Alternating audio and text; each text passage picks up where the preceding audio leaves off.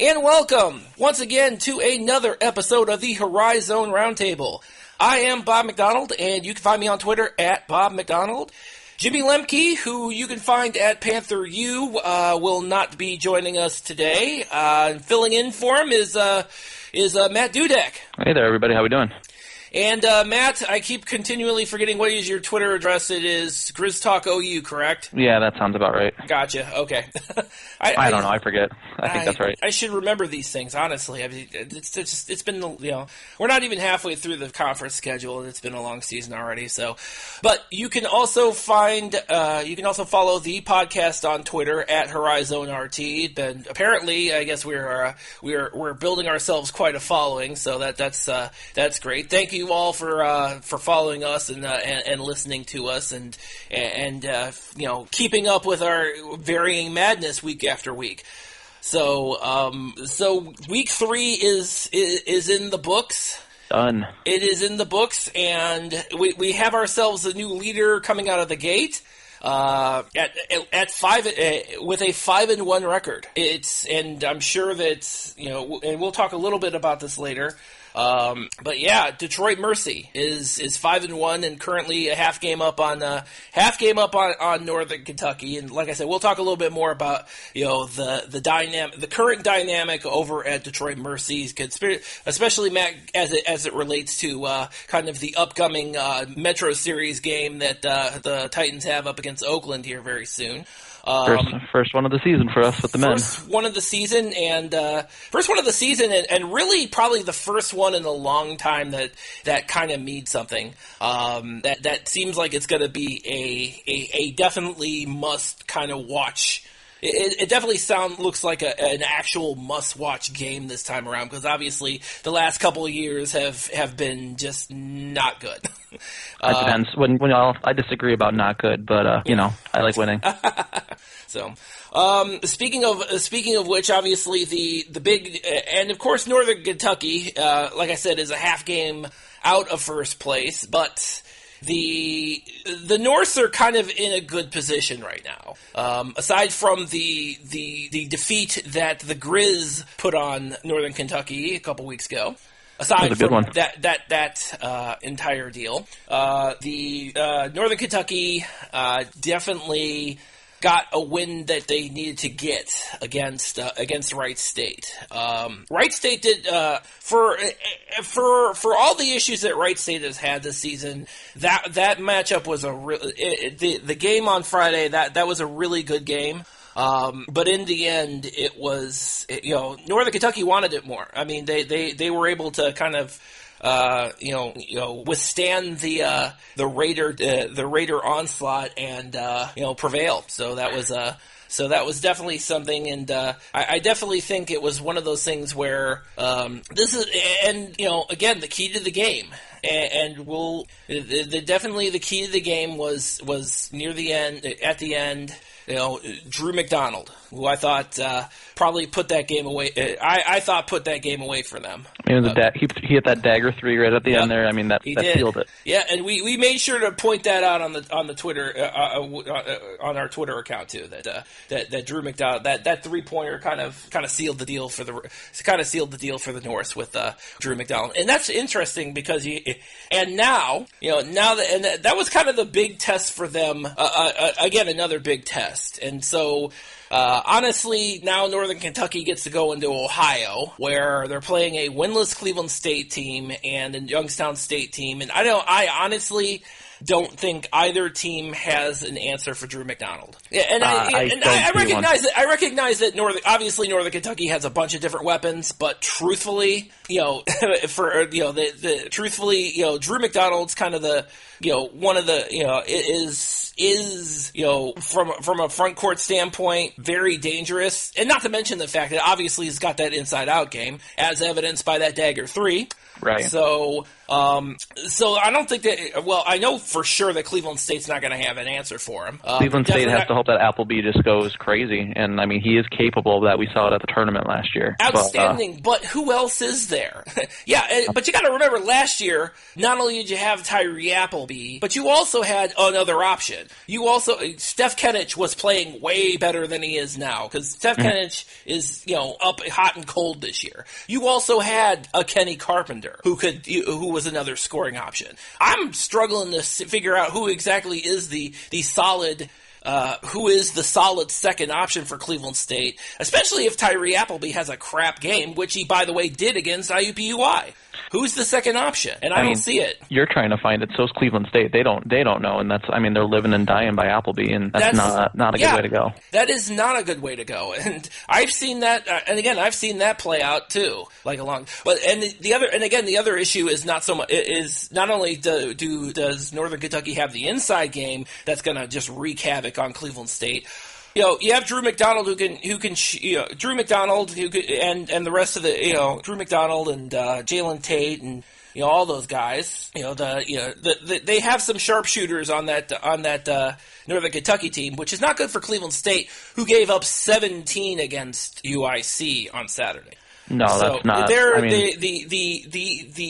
3-point defense at Cleveland State is non-existent. I would say the entire defense is non-existent, but the 3-point defense was absolutely exposed. So it's not looking good. It is looking outstanding.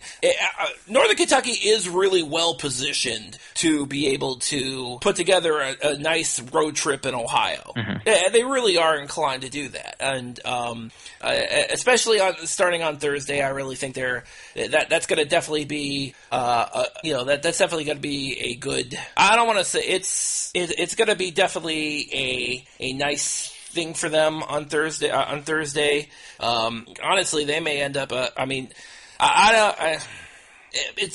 It's just one of those things where it's like, I actually see Northern Kentucky sweeping the weekend, unless Youngstown State has something for them, and they may. I mean, Youngstown State was able to get past IUPUI on Saturday, so they may have something for them. Again, it's got to be probably something fluky that happens over the weekend for Northern Kentucky to get out of there, to not get a sweep. And honestly, I also see the same thing with Wright State. I mean, for all the issues that Wright State has had, this may also be looking like a pretty good weekend for them as well. Especially since they have a couple of options in Loudon Love and Cole Gentry, among others. So I do kind of see, I definitely see Northern Kentucky getting to a point where I think they're kind of just gearing up towards kind of the end of the season and kind of looking to kind of tweak a bunch of things that kind of befell them last year. So they're in a good position. There's no doubt about that. I really think there's only 3 teams that match up well with Northern Kentucky at this point. Because, it's all about that inside game. And, I think Oakland proved, obviously, that they can match up. They've got the people. Yes. They've got the horses down low. They've done that. Mm-hmm. Wright State does match up. The Love-McDonald matchup is just a heavyweight fight down there. Absolutely. And it was on Friday, definitely. And then I think Milwaukee's the other one. And I'm not a huge Milwaukee guy, but I think Milwaukee showed that they can contain, they contained us this week with Xavier Hill-Mays down low. Yeah. Watching that, I think Milwaukee has a chance to trip up Northern Kentucky this season as well, potentially, just because, again, they match up well. Oh, that's interesting you mentioned that, because I know Jimmy lamented about the issues that Milwaukee had last episode, and I'm sorry he's not on the podcast this week because, obviously the Panthers got a win, and I'm sure he was really happy about that part. They pushed Xavier Hill-Mays into the worst game he's played all season. Campy was very down on him. I think X was pretty down on himself. They frustrated him. He went like 0 of 8 from the field at one point, and that's not a typical Xavier Hill-Mays night.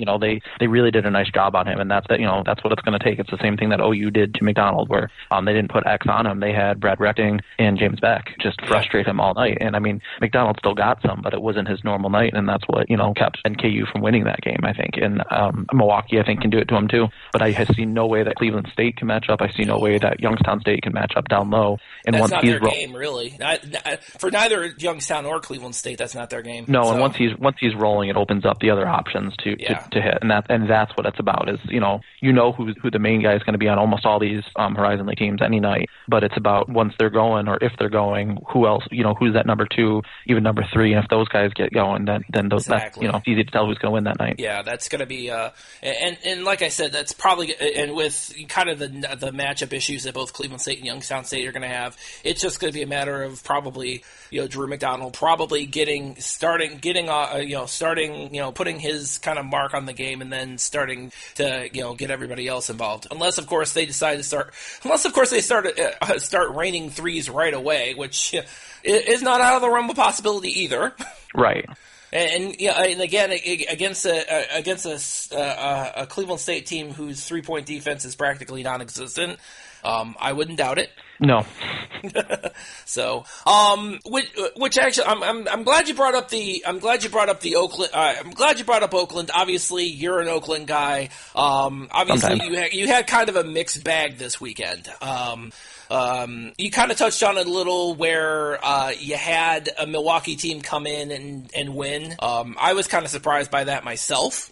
But then the Grizz and then the Grizz kind of turn around. They turn around and they put it in another gear in the second half of that Green Bay game, because that Green Bay game was pretty close in the first half. But they were down at the half. They were.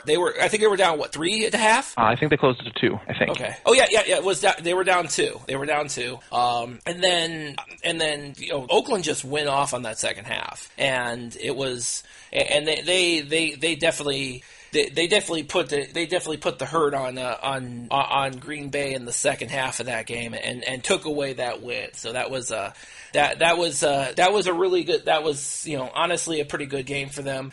I guess this, I know we talked last week a little bit about the early 3-0 start with Green Bay. This was not a good trip for them at all, in terms of the Michigan trip was not a good trip at all for them. No, and I think that's what you saw from Green Bay is what the Michigan trip should be this year. I mean, we'll get into more of the Oakland Mercy matchup coming Absolutely. up, but I think Oakland has been known to have this home court advantage for a while. We have a great environment in our little gym, as everyone likes to think of it, but the team hasn't always produced. Everything else has been there. It's been the team that's been lacking, but when the team puts it together, it's an awful place to play. And if Mercy's going to play the way they're playing, that Michigan trip is not nice for the league. So yeah, and we've seen it already. The issues early on that teams have had going up to Michigan this year. I mean, Northern Kentucky didn't get Northern Kentucky split the pair. Wright State split the pair. Green Bay didn't win anything at all. So yeah, that's gonna be I'm not looking forward to see it's going to be a very interesting dynamic with the rest of the teams who've got to go up there, and it's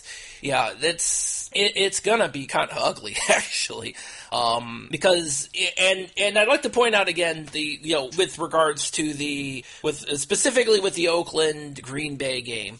And I mentioned this a couple of episodes ago, where Oakland has a dynamic where any one of those guys can go off at any given point, on any given game, which is an interesting dynamic for Oakland this year as opposed to, say, maybe years past, where they've had that one guy there who is kind of the anchor of the offense. Last year, obviously, you had Kendrick Nunn. In years past, then you had Kay Felder. But yeah, this year to me it looks like it's a lot more balanced, and you can have any one of those guys put together a good game for them. If you go back to the fan episode at the beginning of the year, you asked me about Oakland, and I said no one knows. But what I like about this neither team did is I. But what I had said is I like about this team is they're going to win down low most of the time, which I'm not going to tell you I've been completely right about this. This team is shooting much better than I expected them to be. Sure. But they're winning down low, and it's spread around. There is no superstar, and that's a different thing for Oakland. But I personally like that better. I think it's more successful than having to count on Kendrick Nunn to get his, or K. Felder, whoever. Sure. Who would have thought that Kamari Newman was going to get 33? I think he ended up with last. Yesterday. Honestly, I probably, because I think I mentioned it wasn't last episode, but it was a couple of episodes ago where I said at any point in time anybody can go off on there. It could be a Javen Cumberland one game. It could be a Xavier Hill-Mays another game. It could be a Braden Norris another game. It could be a Kamari Newman. And I am still holding out for a Brad Brechting breakout game, by the way. I am. I love the way Brad plays. I don't know Brad Brechting. I bet you he's a wonderful person. But man, if I offered it on Twitter, Brad, if you're listening, I will donate to Oakland men's basketball charity of choice to not see Brad Brechting shoot another 3-pointer this year. I didn't have the opportunity to see that 3-pointer, but he shot a lot. He has shot a lot of them this year, and he had the green light for a while. He's a good 3-point shooter, actually. But if he's shooting a 3, that's leaving nobody down low, and it's just not pretty. He needs to get down low and play down low. I mean, that's what he did. I agree with you. I think that's it. To me, I'd always thought that was his game anyway. So I always thought so until this year, but he's been shooting a lot more, and I mean, I think a 6'11" dude down low is definitely an advantage for OU in this league, and I want to see him dominate down low. And I mean, going way back when we had Benson and Hudson down low, way back in the day, everyone would double Keto, and Keto would just throw that lob over to Hudson, and Hudson got his points that way. And I want to see more of that, just X feeding Brad down low or James Beck, both of them. And we need to see Beck finish better at the rim. But he's had a great week, at least from a fan perspective. The Green Bay game, he pulled down 7 boards. I mean, that's he only had 4 points, but he pulled down 7 boards. So yeah, his presence was definitely felt on Saturday specifically. So that's going to be a big plus for Oakland moving forward. And you brought up something again. This is also something that is, and as we mentioned earlier, I've mentioned before, Oakland has that's Oakland's potential really, where. And they showed it early on against Northern Kentucky, where they have the ability to isolate, to be able to have an answer for Drew McDonald. So that was because they got the guys to do it. Yeah, and I mean that's not including we've taken the red shirt off of Babatunde Suwunmi, who's still not seeing the floor a lot, but he is an option. That's another 7-foot monster we can throw out. I mean, I don't know what he weighs, like 260, 270. He's a big guy, still learning the game a bit. He's one of those international guys that didn't play basketball until he was much older, so he's still learning the game. But man, he's a big fella. Yeah, I'm actually looking forward to him because as I understand it correctly, he does, as I recall, I do believe he follows the show. He follows the show on Twitter. So shout out to you, Babatunde. We're looking for a big game for you too at some point. Probably not this year, and that's okay, but it's coming. Well, it doesn't really need to, honestly. I mean, he's actually in a very good position where you have the guys already up front who are kind of he's got the Greg Camp. He's got the guys up front where he can throw them out there, and Babatunde can go in and kind of really, he can learn the game really, and probably in the best possible environment at this moment in time. Right. I personally was very surprised, kind of shocked. I'm not the coach; it's not my call. I'm surprised to have seen the red shirt come off this year, but hey, I'm sure he's got a plan. I'm sure that the Nobles disappearance is a part of that, and academics or whatever's going on there. I'm pretty sure it's academic, but that was the other thing too that kind of surprised me. That's the other thing too, obviously, and I'm glad you brought up the Nobles issues, because obviously that could have potentially been an issue for this team in years past as well. But again, there's such a balance within on the squad this season that it really hasn't been that much of a. It hasn't really been that much. It hasn't had the effect it would have in, say, years past. What it's really done is given guys like Trey Maddox is playing. I mean, Maddox was going to be in the rotation anyway, but he's getting more minutes. Sure. He's actually someone to watch in the next year or two, because as he's figuring this game out, he's someone that can create his own shot, which is the one thing Oakland doesn't have on the floor right now. But he does have that ability, and he's shown it a bit. He's just learning how and when. And then Kenny Pittman also got rid of the red shirt and has been playing, seeing more minutes. He started the other day because Maddox got himself in trouble.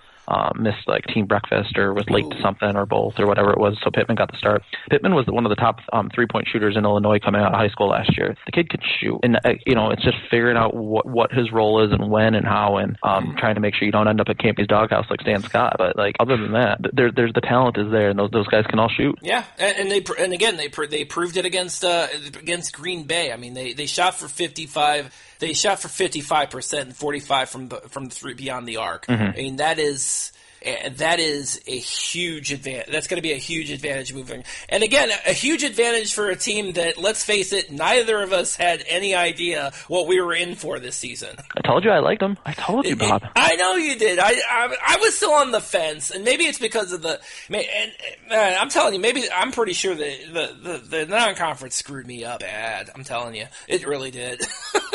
But now we see it. Now we see, now we see the method to everyone's madness. Now, apparently, not just Oakland, but obviously, so too Detroit.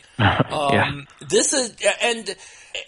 It's that overriding theme once again of this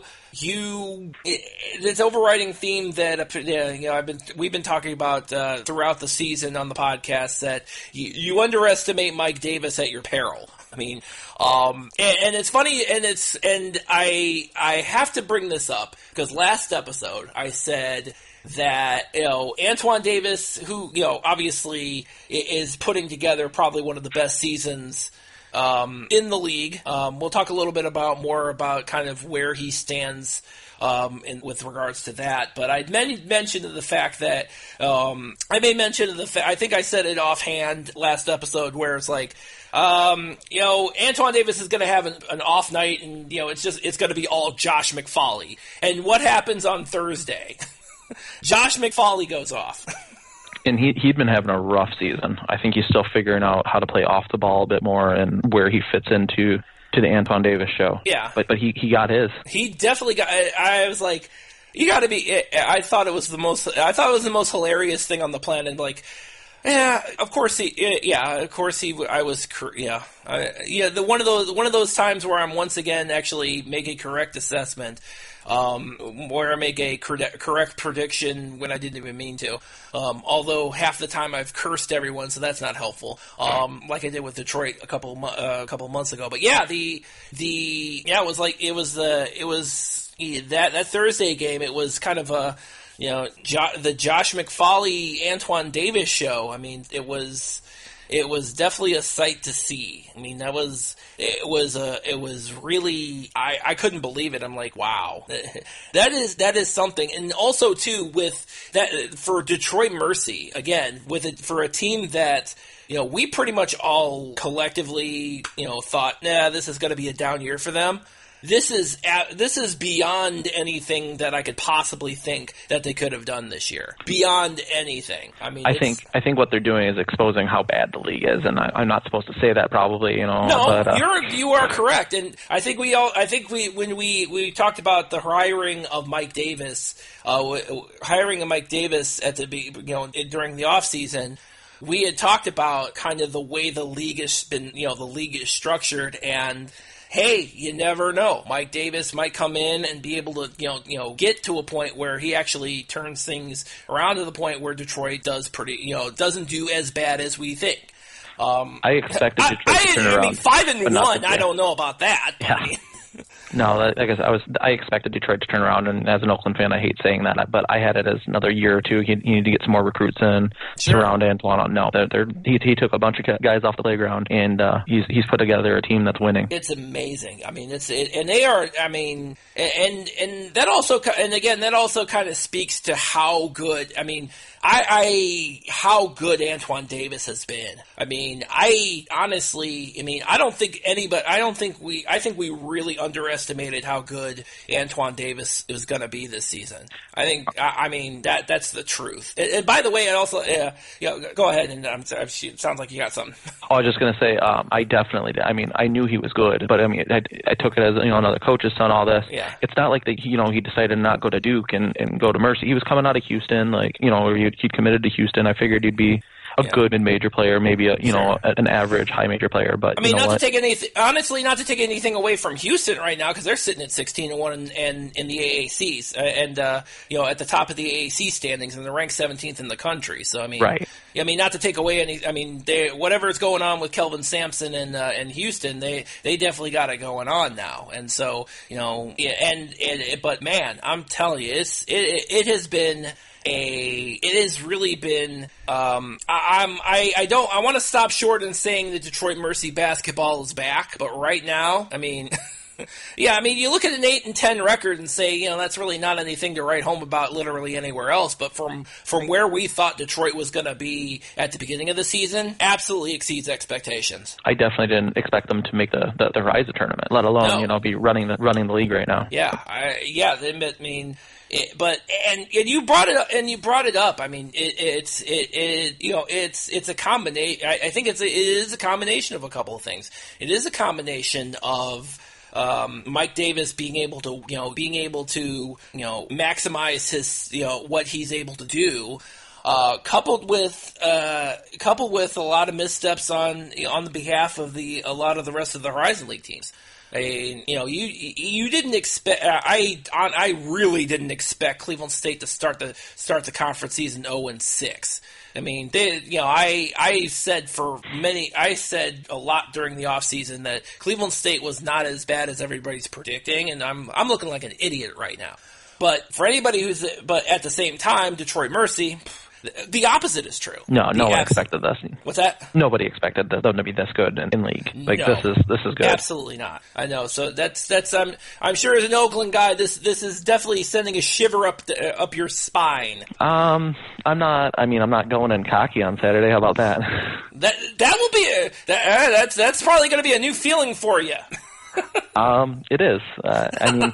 The way I see it, are we ready to talk Saturday? Are we at the time? Yes, we are. Now, as of course we all know, and fun fact, by the way, Matt, and the very first episode of the podcast, as you recall, it was you and Carrick Jones on the podcast with Jimmy and I talking specifically about this series.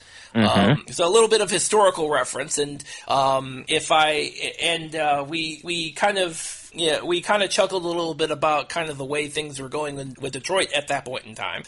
But realistically, this is actually a Metro Series game that I think a lot of people need to be paying attention to this time around. I think this is definitely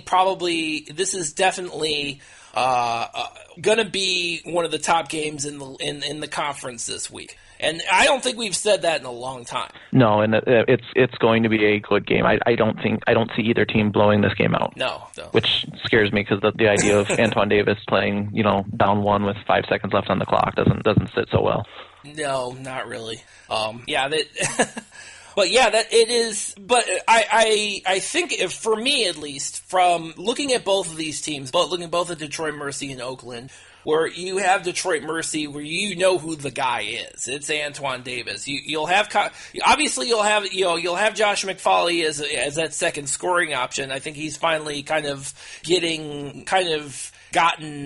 back into that role. Mm-hmm. I think the Green Bay game was kind of a wake up call for him in terms of being able to kind of get back into his groove. So you now have theoretically you now have yourself a second scoring option on top of Antoine Davis, which even before the conference season started, I didn't think was going to be. I had an idea that maybe Detroit Mercy was going to have that, but I wasn't really 100% on that one. Now I think that's definitely going to be possible. Whereas you now have where you put that up against Oakland, where Oakland has such a balanced attack right now. So that's going to be a very interesting dynamic to see on Saturday. Mm-hmm. And I really, honestly, if you have nothing better to do on Saturday, this is definitely the game you want to be paying attention to next week. I'm going to be paying attention. That's for sure. Yeah. But and again, it's one of the given that where we were this time last year, it's amazing that we can even say that now. I wish we couldn't in some way. I'm torn because obviously I like winning, and I love blowing out Mercy and just being able to say there's not even a rivalry anymore. There's no series here, all those things. But I'm also excited to see a good matchup. Yeah, that's true. I mean, that's going to be, and again, it's going to be, and yeah, it's. I mean, and yeah, so for HoriZone League fans, it is at 2:00. So Northern Kentucky, Wright State, Youngstown State, Cleveland State, IUPUI, Milwaukee fans, your games are later on, so you don't have an excuse to not watch this game, unless of course you don't have ESPN Plus. To which I say my condolences, but whatever. I have it because I don't have a choice. You could also come to the game. Make sure you bring a towel to knock all the dust off the seat. Yeah, that's no one sat there in a year. Yeah, well, they better. You know what? This is a Detroit Mercy team. You probably should go. You should see up close and personal at some point if you're in the Detroit metro area. Honestly, absolutely. I mean, it's definitely I thought for sure that maybe Detroit Mercy was a year away, but man, it is a nice. It's going to be a pretty nice dynamic. And again, not to take anything away from Oakland either. Oakland was a big wild card for me earlier this year as well, and I think they're getting it together where they look like they got some things. It definitely looks like that Oakland had some things going for them moving forward. So one of the things I do want to point out is Greg Campy talked a little bit about the game. Talked about the game. There's a video up on Twitter of him talking about this particular matchup. He also did happen to mention the fact that Oakland was one of the first people to offer Antoine Davis, as I understand it correctly. That's what he says. He likes to offer people that he might not get, but he's going to offer it. And he's a smart man. He knows what's up. He was all over JJ Jr. He almost pulled him, even though his dad was at Mercy at the time. I mean, he pays attention to these, especially these coaches' sons. It seems. Yeah. He did indeed mention it because he mentioned talking to Mike Davis about Antoine, obviously, over the last year, and obviously that of course as we know, Antoine chose Houston, and then when Mike Davis took the job at Mercy, he followed his dad. He decided to join his dad here, and it's paying dividends. But the one thing that he did mention, and I wanted to talk to you about this, is that he wasn't 100% sure how exactly he was going to get. He was going to defend Antoine Davis. So I'm not sure there's a way to be able to do that, because it doesn't look like anybody's been able to do that the entire season. I am guessing just as much as everybody else, because there's no good way to defend Antoine Davis. I'm not going to pretend there is. I'm going to guess Antoine Davis is going to see a combination of Javen Cumberland and Trey Maddox. Okay. I think Maddox really wants to become the lockdown defender. I think he's really figuring it out how Campy works, and he wants to become that guy. Campy's had those lockdown guys in the past. Yes. Even last year, Martez Walker, before he got hurt, had decided that he didn't care about scoring. He wanted to be the guy on the other team's best player. And I think Trey Maddox is starting to kind of see that opportunity. But he's also a freshman. But I think he's bigger than Davis, which will help. But he's quick. Sure. So I could see him on Davis. I could also see Cumberland as the junior, redshirt junior, who's been around a while, trying to contain him. I think they're going to try to keep Norse off of him. Sure. But size wise, that's actually a good matchup. That's probably not a bad idea, because I know when that's probably not a bad idea. Norris, Braden Norris, I know he's he's kind of been ever since we got into he was pretty good in the non-conference. He's kind of been up and down during the conference schedule. I know when Oakland played Cleveland State, Tyree Appleby he had a lot of trouble against Tyree Appleby. So it's probably not a bad idea that he is not defending Antoine Davis. I think, kind of like how Xavier Hillmays didn't defend McDonald because you didn't want him exhausted. Yeah. I think keeping Norris off of Davis will give Norris the chance to continue to run the offense well. And without a real backup point guard, he's got to be on the floor. That's a freshman seeing 38, 39 minutes a game, which is not what anybody expected or wanted. And he's doing a great job. But I think what you're seeing is people are aware of him now. And he's probably getting a little tired. I mean, I doubt he's played this many games, this many minutes in his basketball career. Maybe I'm wrong. I'm not going to pretend to be a Braden Norris expert. But I think you're seeing a little bit of that combination with him. And, keeping him off Davis will keep him fresh to continue running the offense, which is important. That's probably going to be the best. Yeah, that'll definitely be the best for him because, I think, as you mentioned, Greg Campy needs him to run the offense. He definitely wants to focus the defense where he wants to make sure that the defense on Antoine Davis is focused where it belongs. So that's going to be definitely. I think that's going to be a key. I'm very interested in seeing how everybody else matches up. There's also there's going to be the Josh McFawley kind of factor with Detroit Mercy. Plus, again, with Oakland, it's going to be a question of who goes off this game. Well, and I think that's going to be you can have anybody on that team who could do that. I see Campy slowing the game down. He needs to. He wants to keep the ball out of Davis's hand. He has to. And so at that point, unless Mercy starts running their weird press defense, it's going to be a low possession, low scoring game. So if we're going to try to grind it out down low, it's going to really be Xavier Hill-Mays, I think, is going to have a good game. I don't think Detroit really has anyone to really match up with him. I mean, Blackshear's 6'11", but he hasn't really shown the ability to succeed at the HoriZone level. I think he's had maybe one or two games this year, but overall I don't think he's a great low post player, and watch me regret these words, in a week. But I think X is going to get his, and they're going to have to double him, and I think that's where you're going to see James Beck and Brad Brechting have to really have a good game Saturday. And Davis is going to get his again, and if somebody else, if McFawley or someone else gets going, it's going to be a tough win. Yeah, that's gonna, it's going to be. I agree. I think it's going to be. Again, I think it's going to be a great matchup on Saturday. So I will definitely be paying attention to this as well as all of you should as well. Given the one last thing I wanted to ask, because we talked about Drew McDowell, we talked about Antoine Davis. Are we at a point where it's those two guys?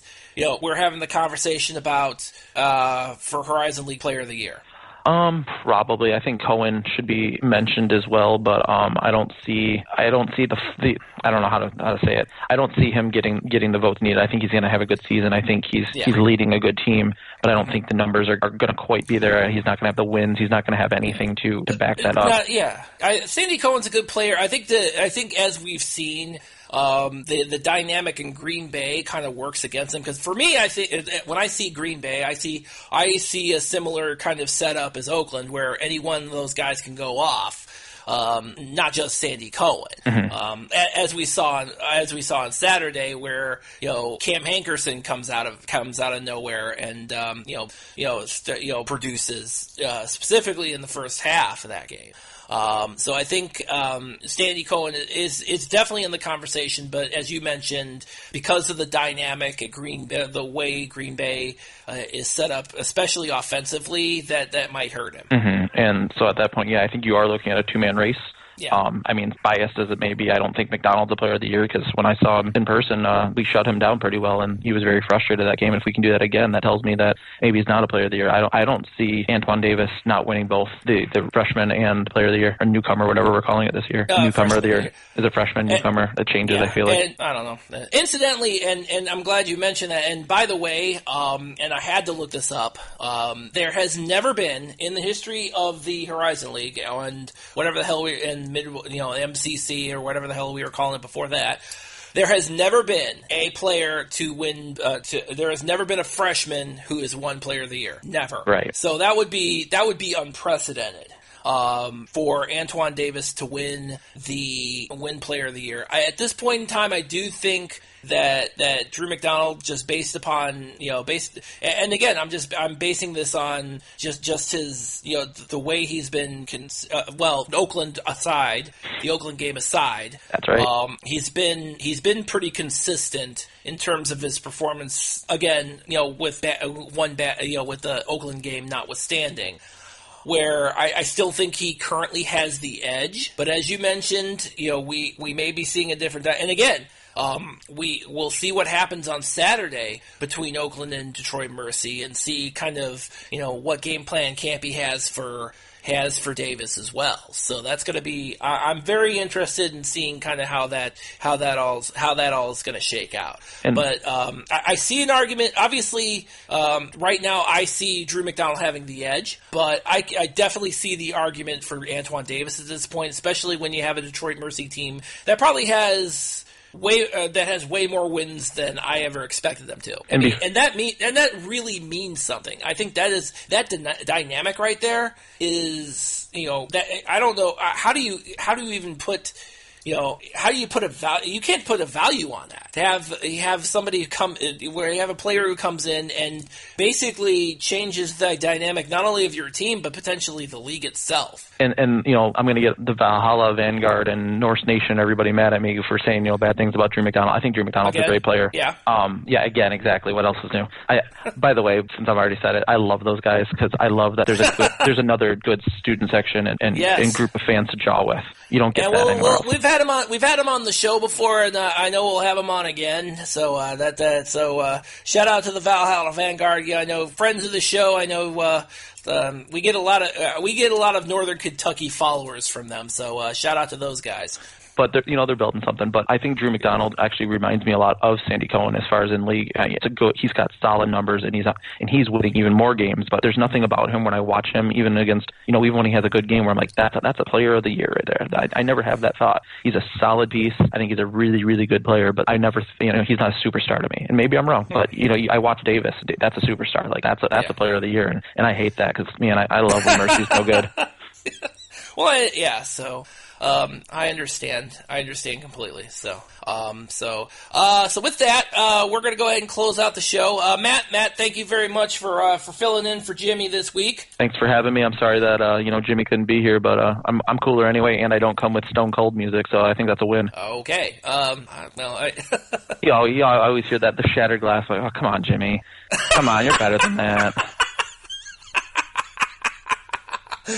All right. Well, so you can always find us all episodes of the HoriZone Roundtable on sportshacks.com, hax.com, and you can find episodes of the HoriZone Roundtable wherever you find podcasts and on your Amazon and Google devices. And don't forget, we also have our YouTube channel. So wherever you want to find and listen in, you can definitely find us. So that's going to wrap it up for this week. And thanks for listening.